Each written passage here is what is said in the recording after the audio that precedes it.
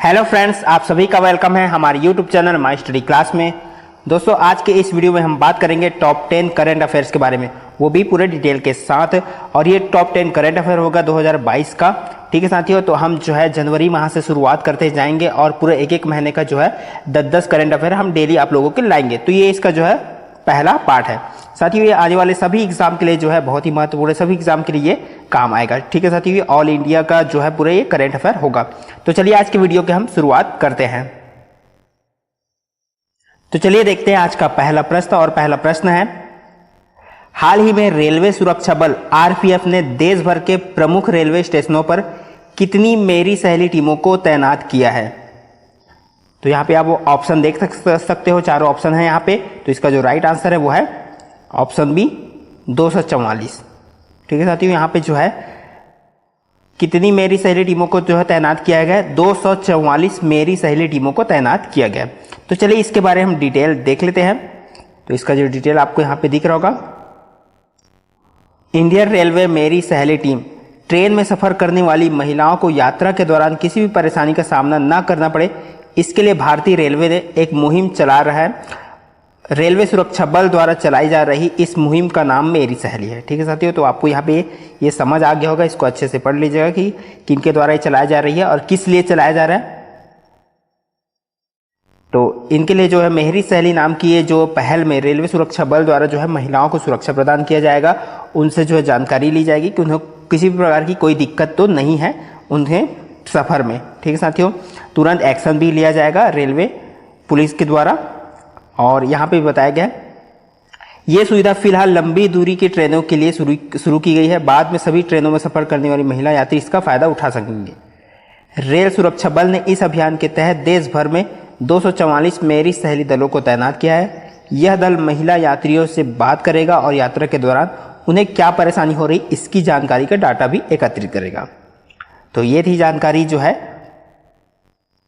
मेरी सहेली टीम के लिए। ठीक है साथियों, इसको आप और अच्छे से पढ़ सकते हो। यहाँ पे फिलहाल मैंने जो है छोटा सा आपको जानकारी दी है। तो चलिए इसी के साथ दूसरा प्रश्न देखते हैं।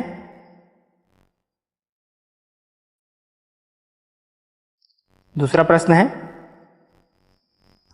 हाल ही में राष्ट्रीय विज्ञान दिवस 2022 की थीम के रूप में integrated approach in science and technology for sustainable future की घोषणा की गई। राष्ट्रीय विज्ञान दिवस 2022 किस दिन मनाया गया?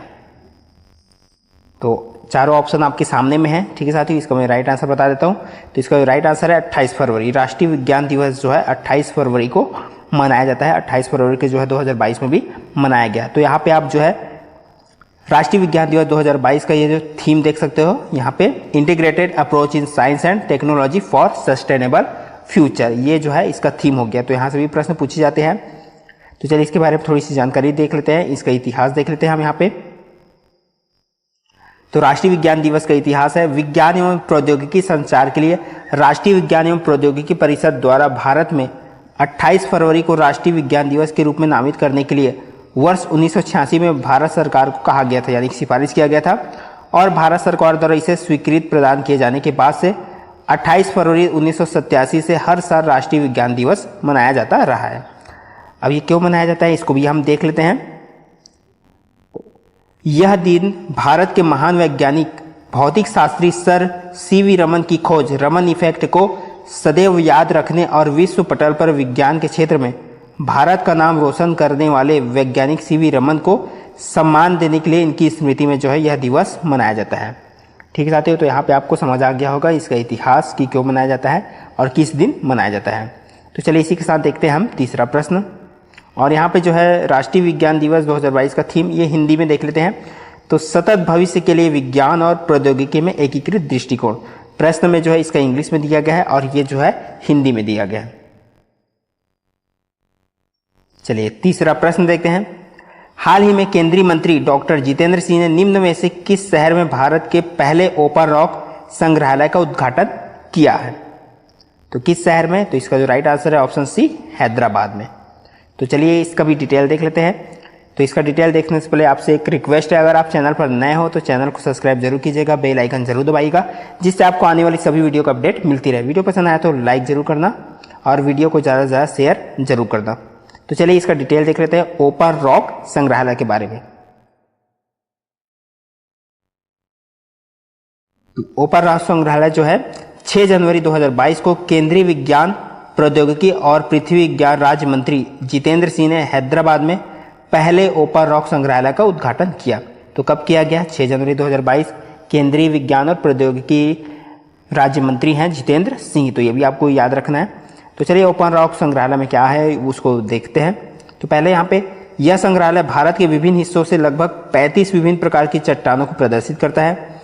इन चट्टानों की आयु 3.3 अरब वर्ष से लेकर 55 मिलियन वर्ष तक है। ये चट्टानें पृथ्वी के सबसे गहरे हिस्से का भी प्रतिनिधित्व करती है, जो पृथ्वी की सतह से 175 किलोमीटर की दूरी तक है। और इस संग्रहालय का उद्घाटन जो है CSIR national geographical research institute NGRI में किया गया। तो यहाँ पे ये महत्वपूर्ण तथ्य भी है, आप ये देख सकते हो, और इसको आप जो है वीडियो को रोक कर भी इसको आप पढ़ सकते हो। ठीक है साथियों, तो चलिए इसी के साथ अगले प्रश्न की ओर बढ़ते हैं। चलिए अगला प्रश्न है, सामाजिक कार्यकर्ता सिंधुताई सपकाल जिन्हें 2021 में पद्मश्री से सम्मानित किया गया था, हाल ही में उनका कितनी वर्ष की उम्र में निधन हो गया है? तो कितनी वर्ष की उम्र में निधन हो गया है? तो इसका जो राइट आंसर है वो है 74 वर्ष की उम्र में उनका जो है निधन हो गया है। तो चलिए इनके बारे में डिटेल देख लेते हैं कि सिंधुताई सपकाल कौन थी जिन्हें जो है 2021 में पद्मश्री पुरस्कार से नवाजा गया है। तो सिंधुताई सपकाल मशहूर सामाजिक कार्यकर्ता और उन्हें जो है अनाथ बच्चों की मां के तौर पर पहचाना जाता था। ठीक है साथियों, और इनका जो है दिल का दौरा पड़ने से इनका जो है निधन हुआ है। तो चलिए इनका डिटेल देख लेते हैं छोटा सा। और गरीबी में पली पड़ी सपकाल को बाल अवस्था में भारी कठिनाइयों का सामना करना पड़ा था। 14 नवंबर 1948 को महाराष्ट्र के वर्धा जिले में जन्मी सपकाल को जो है यहाँ पे 4th कक्षा पास करने के बाद स्कूल छोड़ने के लिए मजबूर होना पड़ा। 12 साल की छोटी उम्र में जो है उनकी शादी 32 साल के एक शख्स से कर दी गई थी। इनके बाद जो है वहाँ 3 बच्चों को जन्म देने के बाद उसके पति ने गर्भवती होने पर भी उसे छोड़ दिया। उसकी अपनी माँ और जिस गांव में वह पली बढ़ी थी उसने मदद से इनकार भी कर दिया, जिससे उसे अपनी बेटियों की परवरिश करने के लिए भीख भी मांगनी पड़ी थी। तो ये उनको कठिनाई झेलनी पड़ी थी। आप इसको जो है डिटेल को वीडियो को पॉज करके भी पढ़ सकते हो। तो उन्होंने तब से ये सोच लिया था कि उन्होंने जो है अनाथों के लिए जो है यहाँ पे कुछ करना है। ठीक है साथियों, तो उन्होंने जो है उनको जो है अभी तक जो है 750 से अधिक पुरस्कार से सम्मानित भी किया गया है। 2021 में उन्हें जो है पद्मश्री से भी नवाजा गया है। और उन्होंने जो है 40 वर्षों में 1000 से अधिक अनाथ बच्चों को गोद भी लिया है। और उन्हें जो है महाराष्ट्र की जो है मदर टेरेसा के नाम से भी जाना जाता है। और 2010 में उन पर जो है एक बायोपिक, मराठी बायोपिक भी बनी जिनका नाम था मी सिंधुताई सपकाल, और इसे 54वें लंदन फिल्म फेस्टिवल में वर्ल्ड प्रीमियर के लिए चुना गया था। तो ये था जो है सिंधुताई सपकाल के बारे में छोटा सा डिटेल। तो चलिए अगला प्रश्न देखते हैं। अगला प्रश्न है, हाल ही में पूर्वोत्तर राज्य मणिपुर में 2450 करोड़ रुपए के 29 विकास कार्य का उद्घाटन व शिलान्यास केंद्रीय गृह एवं सरकारी सहकारिता मंत्री ने किया। तो किन्होंने किया? तो इनका जो राइट आंसर है वो है अमित शाह ने। केंद्रीय गृह मंत्री अमित शाह ने जो है राज्य मणिपुर में जो है पूर्वोत्तर राज्य मणिपुर में 2450 करोड़ रुपए के जो है 29 विकास कार्यों का जो है उद्घाटन व शिलान्यास किया। चलिए अगला प्रश्न देखते हैं। हाल ही में चीनी राजनयिक झांग मिंग ने निम्न में से किस संस्था के लिए महासचिव के रूप में पदभार संभाला है? तो किस संस्था के लिए? तो इसका जो राइट आंसर है वो है ऑप्शन सी SCO संघाई सहयोग संगठन के लिए महासचिव के रूप में पदभार संभाला है। चलिए अगला प्रश्न देखते हैं। विनी महाजन ने हाल ही में जो है किस मंत्रालय में सचिव का पदभार संभाला है? तो विनी महाजन ने जो है ऑप्शन बी जल शक्ति मंत्रालय में सचिव का पदभार संभाला है। तो चलिए यहाँ पे विनी महाजन के बारे में डिटेल देख लेते हैं। तो यहाँ पे बाकी डिटेल मैं आपको दिखा दूंगा, आप वीडियो को पॉज करके जरूर पढ़ लीजिएगा। भारतीय प्रशासनिक सेवा अधिकारी सुश्री विनी महाजन जो है पंजाब जल शक्ति मंत्रालय में पेयजल और स्वच्छता विभाग के सचिव का पदभार ग्रहण कर लिया है। और सुश्री महाजन ने भारतीय प्रबंधन संस्थान IIM कलकत्ता से MBA किया है, जहां उन्हें रोल ऑफ ऑनर पर रखा गया था। उन्होंने दिल्ली विश्वविद्यालय के lady Shri Ram college LSR से अर्थशास्त्र में BA ऑनर्स किया है। इसके साथ साथ और भी डिटेल जानकारी है, ये आप देख सकते हो। इनको आप वीडियो को पॉज करके यहाँ पे और भी डिटेल जानकारी पढ़ सकते हो उनके बारे में। ये है ठीक, साथ ही ये पूरा उनके बारे में डिटेल जानकारी है। तो चलिए अगला प्रश्न देखते हैं। हाल ही में किस केंद्रीय मंत्री ने लखनऊ और देहरादून शहरों के भूकंप जोखिम मानचित्र जारी किए हैं? किस केंद्रीय मंत्री ने? तो इसका जो राइट आंसर है वो है doctor Jitendra Singh. Option C इसका राइट आंसर हो जाएगा, डॉक्टर जितेंद्र सिंह, जो क्या है अभी कौन से केंद्रीय मंत्री हैं? विज्ञान और प्रौद्योगिकी राज्य मंत्री है, जिन्होंने ओपन रॉक म्यूजियम का भी जो है उद्घाटन किया है। चलिए अगला प्रश्न देखते हैं। हाल ही में किस केंद्रीय मंत्री ने एक जिला एक उत्पाद, वन डिस्ट्रिक्ट वन प्रोडक्ट यानी कि ODOP के तहत 6 ब्रांड लॉन्च किए हैं? तो किस केंद्रीय मंत्री ने? तो इसका जो राइट आंसर है ऑप्शन ए, केंद्रीय खाद्य प्रसंस्करण उद्योग मंत्री पशुपति कुमार पारस ने। इन्होंने जो है ODOP के तहत 6 ब्रांड लॉन्च किए हैं। तो चलिए वो 6 ब्रांड कौन कौन से हैं देख लेते हैं हम यहाँ पे। तो पहला यहाँ पे देखते हैं थोड़ा सा डिटेल। केंद्रीय योजना PMFMES का उद्देश्य 10,000 करोड़ रुपए के परिव्यय के साथ वर्ष 2020-21 से वर्ष 2024-25 तक 5 साल की अवधि में ODOP दृष्टिकोण के आधार पर 2 लाख सूक्ष्म खाद्य प्रसंस्करण इकाइयों के उन्नयन तथा अथवा स्थापना के लिए वित्तीय, तकनीकी और व्यावसायिक सहायता प्रदान करना है। अब यहाँ पे हम वो 6 ब्रांड देख लेते हैं। तो 6 ब्रांड ये हैं, अमृत फल, कोरिकोल्ड, कश्मीरी मंत्र, मधु मंत्र, सोमदाना और दिल्ली बेक्स के होल व्हीट कुकीज़। तो ये अमृत फल कौन सा है, कहाँ से है, तो इसको देख लेते हैं। गुरुग्राम से लॉन्च हुआ है जो आंवला का प्रोडक्ट, इसी को जो अमृत फल कहा जाता है। आंवला जूस के लिए अमृत फल ब्रांड को जो विशेष रूप से गुरुग्राम हरियाणा के लिए ODOP अवधारणा के तहत विकसित किया गया है।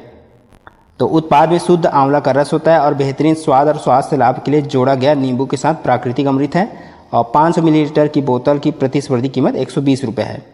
तो इसी के साथ और बाकी भी डिटेल यहाँ पे देख सकते हो, बाकी डिटेल आप पढ़ते जाइएगा। कोटा का धनिया पाउडर हुआ लॉन्च। तो कोरिकोल्ड ब्रांड को जो है धनिया पाउडर के लिए विकसित किया गया है, जो कोटा राजस्थान के लिए पहचाना गया ODOP है। ठीक है, अब आगे और भी आप पढ़ते जाइएगा। यहाँ मैं शुरू को लाइन ही बताऊंगा। कश्मीर के लाल मिर्च का चयन, ब्रांड कश्मीरी मंत्र, कुलगाम जम्मू और कश्मीर से मसालों का सार निकलता है। तो कश्मीरी लाल मिर्च उत्पाद को जम्मू और कश्मीर के मसालों के लिए ODOP घटक के तहत विकसित किया गया है। इसके बाद है यूपी के सहारनपुर से शहद, उत्तर प्रदेश के सहारनपुर से शहद के लिए ODOP अवधारणा के तहत ब्रांड मधु मंत्र विकसित किया गया है। इसके बाद है दिल्ली का cookies, whole wheat cookies Delhi bakes brand के तहत विकसित किया गया दूसरा उत्पाद है। और ब्रांड उत्पाद को दिल्ली के लिए बेकरी ODOP अवधारणा के तहत विकसित किया गया है। तो ये हो गया 6 ब्रांड। उसके बाद जो है यहाँ पे महाराष्ट्र के ठाणे से सोमदाना, ब्रांड सोमदाना को ठाणे महाराष्ट्र से मिलेट की ODOP अवधारणा के तहत विकसित किया गया है। तो ये हो गया जो है 6 आपके लिए जो है ब्रांड, ये 6 ब्रांड लॉन्च किया गया है। और भी ये जानकारी है उसको आप जो है वीडियो को पॉज करके पढ़ सकते हो।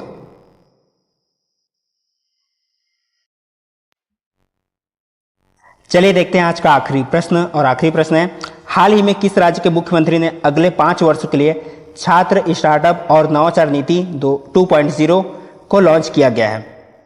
तो किस राज्य के मुख्यमंत्री ने? तो इसका जो राइट आंसर है वह है गुजरात के मुख्यमंत्री ने। गुजरात के मुख्यमंत्री ने जो है छात्र स्टार्टअप और नवाचार नीति 2.0 को लॉन्च किया है। तो चलिए इसका डिटेल देख लेते हैं। यहाँ आपको डिटेल दिख रहा होगा। गुजरात के मुख्यमंत्री भूपेंद्र पटेल को जो है अगले 5 वर्षों के लिए छात्र स्टार्टअप और नवाचार नीति लॉन्च किया गया है भूपेंद्र पटेल के द्वारा। और इनमें क्या क्या शामिल रहेगा वो भी आप देख सकते हो। इस नीति का लक्ष्य है 1000 उच्च शिक्षा संस्थानों और नवाचार और उद्यमिता के 10,000 स्कूलों में 50 लाख छात्रों को शामिल करना है। इसके अलावा और भी आप देख सकते हो यहाँ पे डिटेल जानकारी। इसके बाद यहाँ पे देख लेते हैं गुजरात की राजधानी क्या है, गांधीनगर। गुजरात के राज्यपाल कौन है, आचार्य देवव्रत। और गुजरात के मुख्यमंत्री हैं भूपेन्द्र भाई पटेल। बाकी डिटेल आप ये देख सकते हो, स्क्रॉल में यहाँ पे कर सकता हूँ।